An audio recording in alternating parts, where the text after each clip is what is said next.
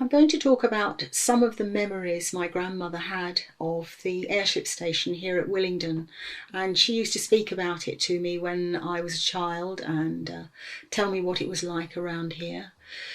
But first of all, I'll just describe Willingdon at the time when the airship station was built here. Willingdon village was centred around Church Street with 3 or 4 shops, the school and most of the houses, so that was the sort of main larger part of Willingdon. Here at Lower Willingdon it was sort of made up of a few farms. There was Dan's Farm, Meachant's, Morning's Mill, Carter's Farm, and so it was mostly open land. And then you had the associated labourers' cottages which were attached to the various farms. There was a large market garden. Of the cottages, most of these have been demolished now and redeveloped. A few of them do remain. At the Triangle there was the blacksmith's forge and wheelwrights, and that is on the site of where you've got Wilmot's garage. Then you've got Southdown cottages, much as they look today, and this was where there was one little shop, the only shop in Lower Willingdon. There was the British Queen, but of course it didn't look like it does today. It was a plain, square, white building with a slate roof. Over the other side of the Triangle were a couple of buildings. One of them is Brains the Butcher's today, and that was then called Orchard House, and surrounding it were large orchards on the site where are now built the shops at Lower Willingdon. Orchard House was used as a laundry, and you would see all the washing hanging out amongst the trees in the orchards. Then next to that, where Willingdon Court is now, was called the White House, and this had been an old farmhouse, and there was a large barn there and several outbuildings. And this is more or less what there was at Lower Willingdon, near where the airship station was to be built. Wannock Lane went off to the left, and up there was a tiny Baptist chapel, the little chapel cottages and another large house beside them. From the Triangle right over to Willingdon Windmill there was nothing. This land was just used as open farmland. It was owned by Wannock Farm and was used for grazing, and some of it had been part of the Ratton estate. A distant cousin of my grandmother's, her husband had bought some of the land from Lord Willingdon in February 1913, and that was sort of like behind what's Brains the Butcher's and out towards where you've got Thurrock Close along the main road there, and up to where Totu Rec, Coppice Avenue is. And he used that to make it into a chicken farm so that he could supply eggs to his business up in London. So this just paints a picture of what Lower Willingdon was like at the time when the First World War started.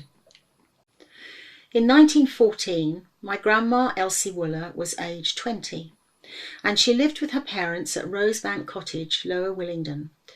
As I said, Willingdon was a somewhat sleepy, quiet place, a typical rural farming area. In 1914, the government chose the land here for an airship station, and the villagers were not at all happy about it.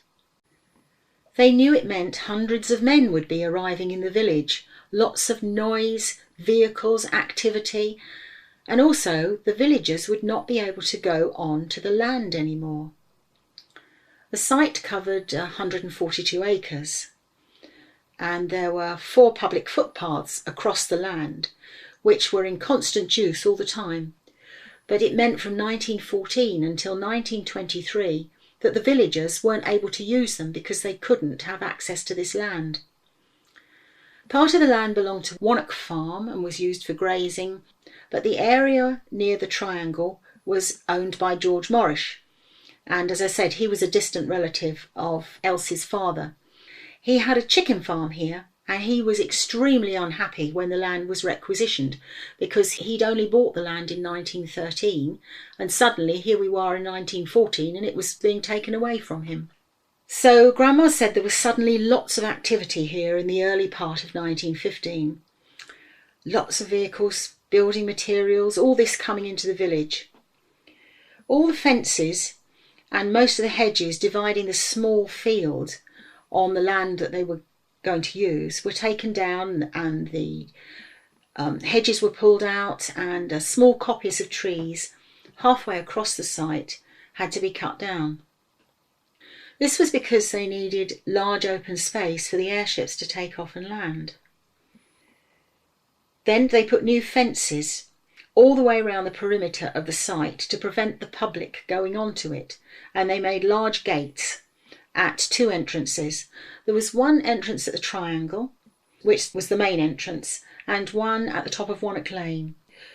Later on there was another entrance which was made from the main road, approximately where Thurrock Close is now. So you can imagine that the local people were not at all pleased about all this, as now, if they wanted to walk from Wannock Lane, say to the Wind or the Watermill, or down to the main road, they couldn't go on the footpaths. They had to walk all round the roads, as they had no access to the land where they normally went. And it was a much, much greater distance for them to have to go all the way round by way of the roads. So as you can imagine, they weren't at all happy about this. The Willingdon miller took his cart to and fro through these fields up to the Triangle and up to Upper Willingdon, and he also took them through the fields up to Wannock Watermill. The sheep from Wannock Farm were still allowed to graze on the land, but all of Mr. Morrish's chicken huts were demolished and taken down near the Triangle and had to be removed. Soon after Christmas 1914, there was knocks on the doors, and it was the billeting officer. He was calling at all the local houses asking if there was any room for a naval man to stay. This was because when they were building the airship station, initially there weren't enough huts built to house all the men needed to run the station. Well, quite a lot of people in Willingdon had room, as many of them had sons who had joined the army or navy for the war. Grandma's 2 brothers, Harry and Ernest, had joined the Royal Sussex Regiment, and they were away with their regiment, and so of course the bedroom they shared was not in use. So my great-grandparents, Emily and David, said yes, they could have 2 young men living there until all the accommodation huts were built. I think they probably felt also that they were helping. Their sons had gone away, and these were somebody else's sons who'd come down here, and perhaps they felt it was a little way they could help as well. They had 2 young mechanics named Walter and Harold. They were aged about 19 or 20, very polite young men. Of course, my great-grandparents were paid for having the men there. They got 3d per man per night, so this was 6d a day for the 2 men. This came to 3 shillings and 6d a week, which would be about 18p in modern money. The average weekly wage was then about 25 shillings, £1 25p in modern money. So it was almost like an extra day's wage each week. It was funny really, because some of the villagers then decided the airship station was not quite as bad as they thought it would be, as now they were earning money by housing some of the young men. A few officers lived with Mrs. Lean over at the Thatched Cottage, Wannock, and there were 4 at Upper Willingdon with Mr. Morgan, that's my husband's great uncle, and he lived at Hockington House, which was the Lavender Gardens, so he had 2 officers there, and Mr. Vine also had 2 officers at his farmhouse in Church Street. The day the first airship flew was the beginning of July 1915, because the airship station was commissioned on the 6th of July 1915. Grandma and her friend were walking back from their business. They were dressmakers in Old Town, and they were coming along Red Lion Street, now called Wish Hill, and they suddenly heard a noise overhead and saw an airship flying above them. The pilot flew really low over them, and 2 young men called out to them. They were going ooh and waving as they went overhead, and Grandma and her friend waved back. This was the first sight of an airship in the sky, but it became a normal sight to see the airships taking off and flying overhead every day, and also all the men around the village. I have a postcard dated 1916 that a lady wrote saying she is sitting in the doorway of a cottage at the British Queen, because there were cottages attached to the British Queen, and she was watching the airships flying overhead. Usually 2 airships left, often very early in the morning as Grandma was walking to work, and sometimes even before they got up, sort of as soon as it was light, like 4 o'clock in the morning, because it was often very still then. She'd hear them taking off and flying over their cottage, over the downs. Later in the war they also flew at night, and there were quite a lot of night flights, and you could hear them up in the air and you could see their lights, and they had special landing lights down at the airship station to guide them in. The young men used to go to Willingdon Church every week, and some went to the little Baptist chapel up at Wannock Lane.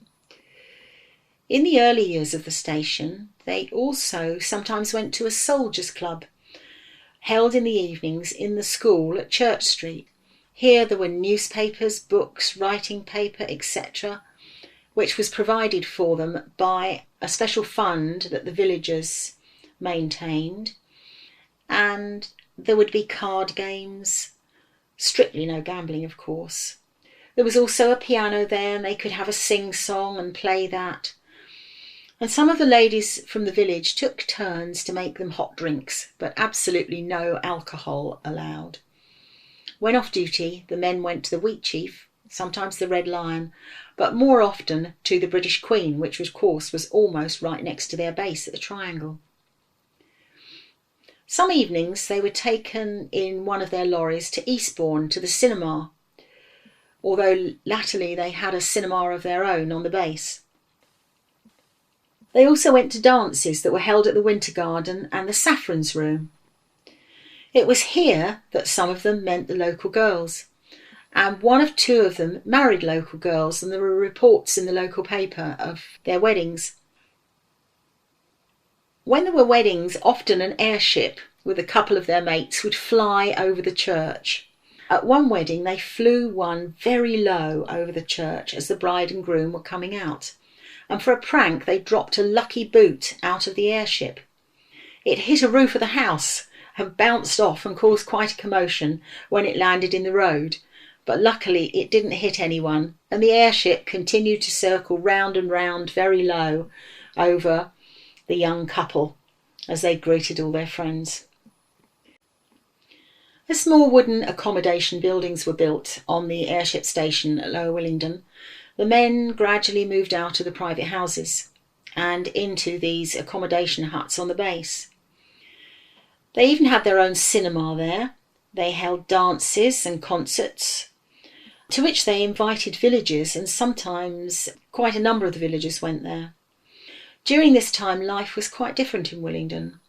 It certainly wasn't the quiet village where nothing much went on anymore, because there was always activity, and there was up to 200, 300 personnel there. In the summer of 1918, they held a huge sports day and a fete on the grounds of the airship station, and I think it was over 2,000 local people from Willingdon, Polegate, Eastbourne and the surrounding areas went to join in. There were also fetes, concerts and dances held at the Wannock Tea Gardens, because of course that was very close to the actual airship station land. And they held these especially for the men of the airship station. Some of the officers lived there, and of course, as I said, at the old thatched cottage before the huts were finished, and they would hold fetes and various events there to raise funds to give the men some sort of extra treats and comforts perhaps during the winter. Just before Christmas 1917 there was a bad fatal accident when 2 airships collided on the downs above Willingdon. Grandma told me that about 9 p.m. her father had gone out of the back door which faced the downs and was bringing in some coal for their fire. It was snowing. It was a very cold, foggy day. But he saw something glowing sort of in the sky above the downs, and he called Grandma, who ran outside to see, and they watched this glowing through the snow and fog. And then they heard a terrific bang, like a big explosion. They didn't know what it was, but a neighbour came around a bit later, and he said he'd heard the airships had crashed up on the downs and that bombs had exploded. The next day, of course, the news soon spread that one young man had been killed and there had been others who were badly injured. So Grandma and her father and a couple of the neighbours decided to walk up on the downs in the snow, it had stopped snowing, to see if they could see anything. They walked across towards Willingdon Hill Farm, which is sort of on the border of Willingdon and Jevington, right up on the top above Willingdon. And there they saw a group of people standing around. Some of them were villagers who'd also gone up to see. There was a tangle metal of an airship by the farm buildings, and area around it you could see the ground was burnt. Some of the station men were moving pieces of wreckage on a cart from a bit further away towards the barn. Everyone felt really very shocked and sad, especially as just 5 days before that Grandma said there had been a Christmas dance and social at the station to which many of the locals had gone. And the arenas, the concert party, had given a super entertainment. It all finished with carol singing, and it had been such a happy occasion. Then in the spring of 1918, some ladies called Wrens came to work at the airship station, Women's Royal Naval Service. Until then it had only been men, with some local women employed on domestic duties on the base. So the young women lived in a large, big, elegant house in Church Street, Willingdon, called Shortlands, which they called Shortlands Hostel, because it wasn't seemly for young women to be living on a base and sleeping there at night where there were all these men. By then there were about 300 men. So these young ladies could be seen marching in groups down the road, down Church Street, and then down what is now Cooper's Hill, towards Lower Willingdon. Sometimes a lorry would come up to take them down to the station. They also cycled to and fro to Lower Willingdon. As I said, this was not down the main road, which of course wasn't there then, but along Church Street to Cooper's Hill and down to the Triangle that way. In 1918, when they had news that the war had ended, there was a special service up at the church, and over 100 of the air station men went with the villagers to this service at the church, and their band played for all the hymns. Almost immediately, the airships stopped flying, certainly in any numbers at all, maybe the odd one or two went up, and then many of the men started to leave. By February 1919, there were very few left here. And in August there was a big auction selling off all the buildings and equipment. There were advertisements, and Grandma said people came from quite a distance to bid on these buildings. You know, people would buy them for their farms and all sorts of different things. The huge airship hangars and all the huts were dismantled and taken away, and very little remained. And by 1920, no one lived on the site at all.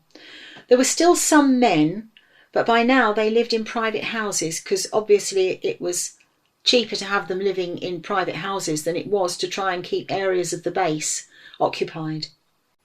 It was all quiet again here at Willingdon, where 300 men had once lived. But the locals still weren't allowed on the land, and they were getting really annoyed about this. There were questions with the council were asking their Member of Parliament, the Member of Parliament was asking in the Houses of Parliament why the people of Willingdon could still not get onto the land, their public footpaths, and the Air Ministry was saying, it was for the safety of the villagers, the site wasn't safe. Of course there had been explosives there, whether that had all been cleared, hopefully it had. There were actually no accidents following when the footpaths were opened and the land was accessible again.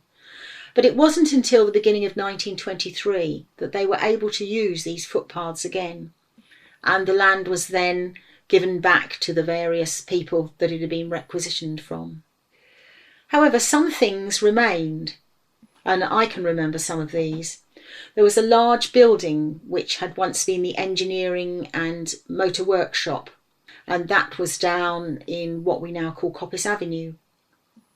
There were 2 of the buildings converted into bungalows.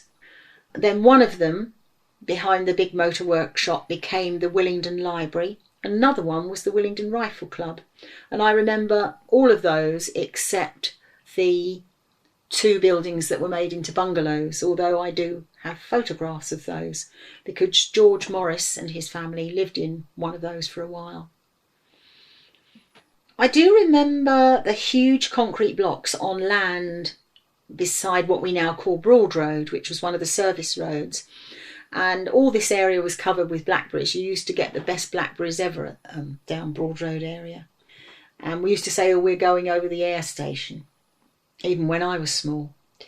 And as children, we used to play with friends up on these big concrete blocks.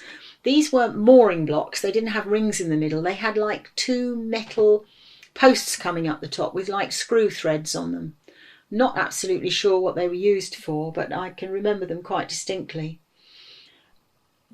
Because Broad Road was just a stony track then, one of the old airship service roads.